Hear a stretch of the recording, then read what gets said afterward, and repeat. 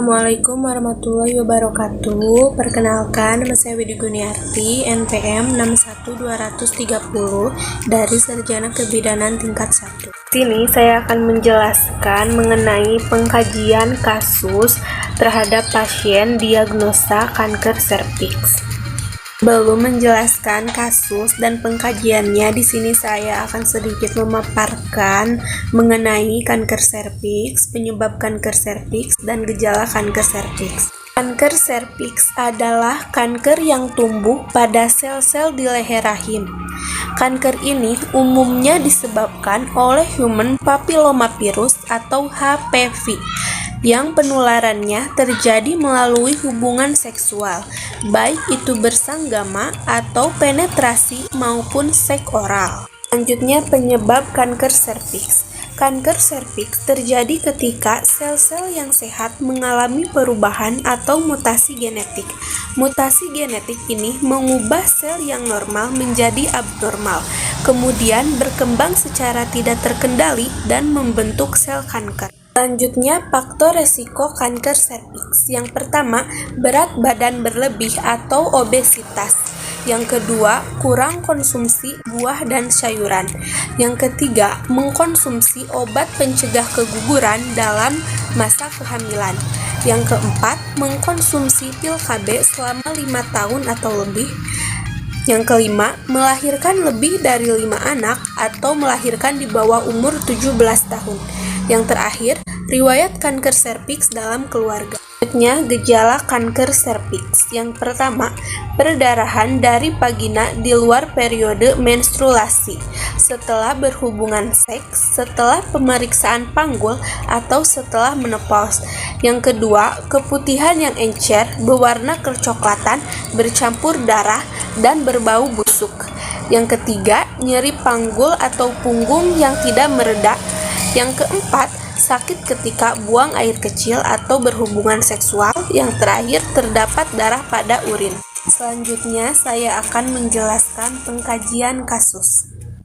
Contoh kasus, seorang wanita 45 tahun mengeluh keluar darah per vaginam sudah 2 minggu. Perdarahan dimulai dari sehabis hubungan seksual. Sebelumnya, riwayat perdarahan setelah hubungan seksual 1 duk per hari. Rasa tidak nyaman di perut bawah saat dilakukan pemeriksaan in speculo, tampak nodul di cervix, berbenjol, rapuh, mudah berdarah. Saya akan menjelaskan anamnesis, pemeriksaan fisik, pemeriksaan ginekologis, pemeriksaan penunjang, dan penata laksanaan pada kasus tersebut. Pertama, anamnesis. Wanita yang menderita kanker serviks stadium awal atau lesi prakanker umumnya tidak mengalami keluhan yang spesifik.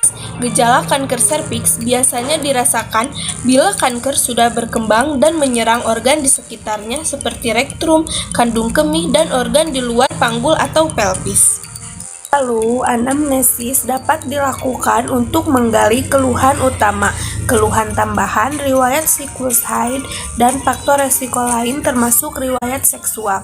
Anamnesis yang bisa ditanyakan saat pasien melakukan pemeriksaan pertama kali. Anamnesis pada kasus tersebut, usia pasien 45 tahun, riwayat kesehatan, keluhan utama, keluar darah di vagina, riwayat kesehatan sekarang, keluar darah per vaginam selama 2 minggu, perdarahan dimulai dari sehabis hubungan seksual sebanyak 1 duk per hari, rasa tidak nyaman di perut bagian bawah. Selanjutnya, pemeriksaan fisik pada kasus tersebut. Pada wanita yang menderita kanker serviks stadium awal atau lesi prakanker, umumnya pemeriksaan fisiknya relatif normal. Pada penderita kanker serviks stadium lanjut, dapat ditemukan abnormalitas pada pemeriksaan fisik, baik pemeriksaan secara sistemik maupun lokalis.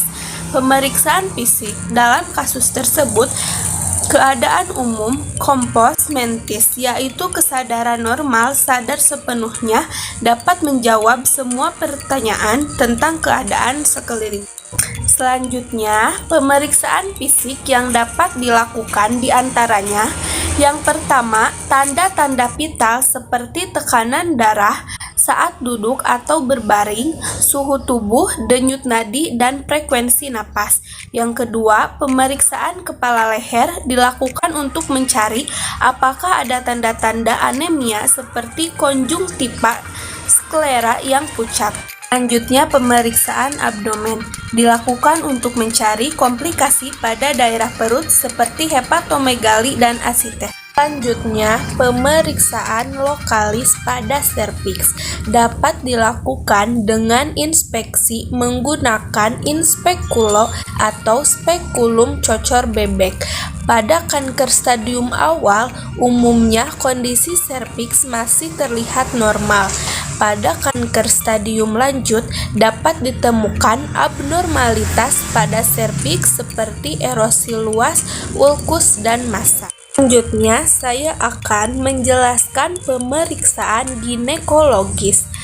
Diagnosis kanker serviks ditegakkan dengan melakukan anamnesis yang lengkap, pemeriksaan fisik dengan menggunakan spekulum cocor bebek, dan pemeriksaan penunjang seperti biopsi atau pap smear. Wanita yang menderita kanker serviks stadium awal atau lesi prakanker umumnya tidak mengalami keluhan yang spesifik. Selanjutnya ada pemeriksaan penunjang. Pemeriksaan penunjang yang diperlukan untuk menegakkan diagnosis kanker serviks dan stadiumnya diantaranya. Pertama, ada pemeriksaan pap smear. Pap smear adalah pemeriksaan yang dilakukan untuk deteksi dini kanker serviks atau kanker leher rahim. Hasil pemeriksaan pap smear yang tidak normal membutuhkan pemeriksaan lanjutan seperti biopsi untuk mendeteksi apakah ada sel kanker atau tidak. Selanjutnya ada pemeriksaan kolposkopi. Kolposkopi adalah pemeriksaan yang dilakukan oleh dokter bila ada tanda-tanda terdapat sel-sel tidak normal di mulut rahim atau serviks atau di vagina. Kolposkopi merupakan tindakan pemeriksaan inspeksi serviks dengan menggunakan alat kolposkop. Selanjutnya ada pemeriksaan biopsi serviks. Biopsi serviks merupakan tindakan pengambilan sampel jaringan untuk dilakukan pemeriksaan histopatologi di bawah mikroskop. Kemudian sampel akan diperiksa dengan mikroskop untuk mencari kelainan dan tanda penyakit. Selanjutnya ada pemeriksaan proktoskopi. Proktoskopi merupakan pemeriksaan inspeksi pada rektum dengan menggunakan alat proktoskop untuk mengetahui apakah ada metastasis atau penyebaran kanker serviks ke area rektum. Selanjutnya penata laksanaan. Penata laksanaan kanker serviks dilakukan berdasarkan stadium kanker tersebut.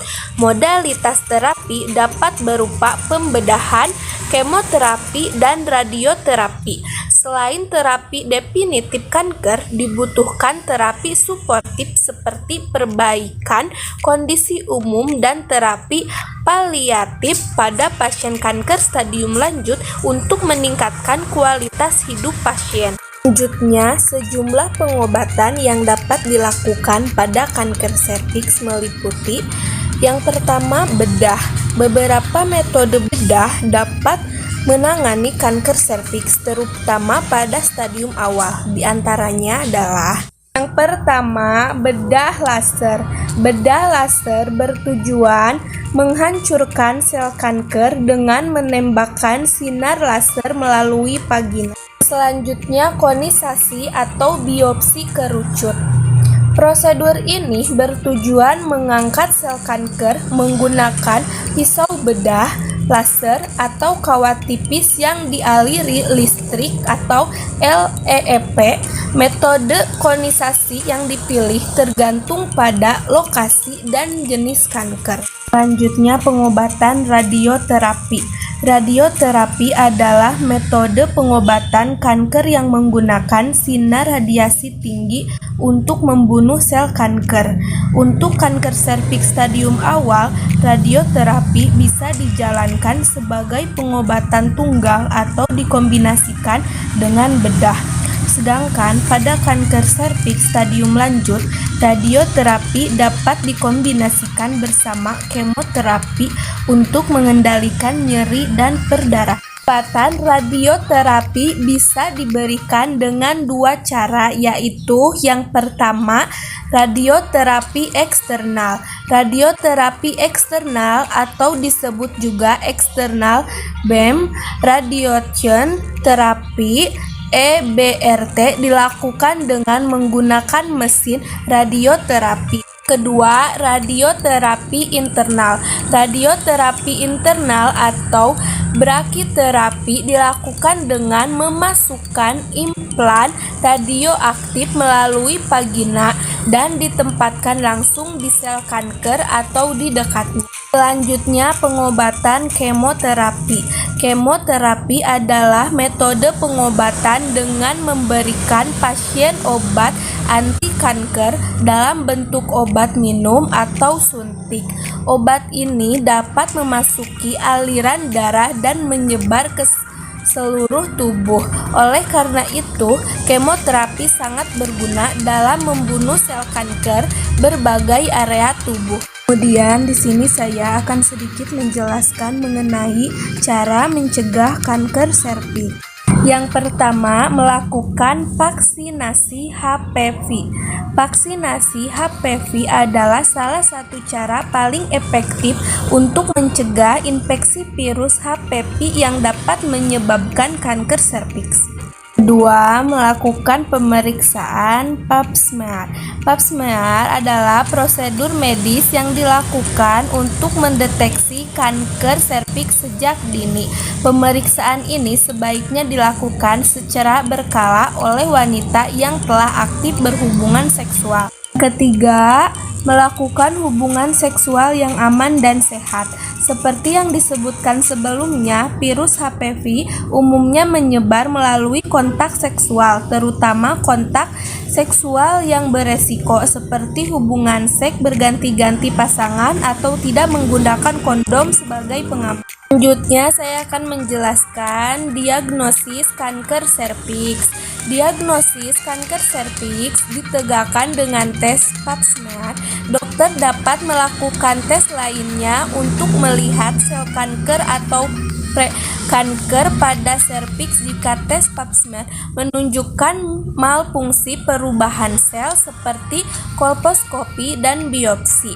Jika dokter menemukan adanya potensi kanker serviks, dokter kemudian akan memeriksa seberapa parah kondisi atau tahap stadium kanker. Tesnya dapat meliputi hal-hal di bawah ini. Yang pertama, pemeriksaan kondisi rahim, vagina, rektum, dan kemih apabila terdapat kanker. Yang kedua, tes darah untuk memeriksa kondisi sekitar organ kewanitaan seperti tulang, darah, dan ginjal. Tahapan stadium kanker serviks. Dari gambar yang pertama, stadium 1. Sel kanker menyerang serviks tapi tidak tumbuh di luar rahim. Gambar kedua, stadium 2. Sel kanker menyebar keluar serviks dan rahim, belum ke dinding panggul atau bagian bawah vagina. Gambar ketiga, stadium 3. Sel kanker menyebar ke dinding panggul atau bagian bawah vagina sampai saluran kencing. Gambar keempat, stadium keempat. Sel kanker menyebar ke kandung kemih atau ke rektum dan ke bagian tubuh lainnya. Jadi, itu adalah tahapan stadium kanker serviks. Jadi kesimpulannya adalah kanker serviks adalah penyakit yang mempengaruhi leher rahim atau serviks uteri pada sistem reproduksi pada wanita. Ditandai dengan pertumbuhan tumor, kanker serviks dapat menyebar ke mempengaruhi organ lainnya di dalam pelvis, termasuk vagina, saluran kemih, dan rektum. Kanker serviks ini juga dapat menyebar dengan jauh daerah tubuh melalui sistem limfatik. Selanjutnya, kanker serviks disebabkan oleh infeksi human papillomavirus (HPV) dan faktor-faktor lain. Infeksi akan menyebabkan pertumbuhan sel abnormal dan perubahan warna di leher rahim dan organ di sekitarnya. Selanjutnya, ada 4 tahap atau stadium kanker serviks, mulai dari stadium 1 sampai 4. Pada stadium awal kanker serviks, pasien mungkin tidak banyak mengalami gejala. Setelah tumor menyebar, gejala yang mungkin muncul termasuk perdarahan, tidak teratur, sakit perut, gangguan buang air kecil, dan kelelahan. Sekian yang dapat saya sampaikan, kurang lebihnya mohon maaf. Semoga apa yang saya sampaikan dapat bermanfaat. Terima kasih. Wassalamualaikum warahmatullahi wabarakatuh.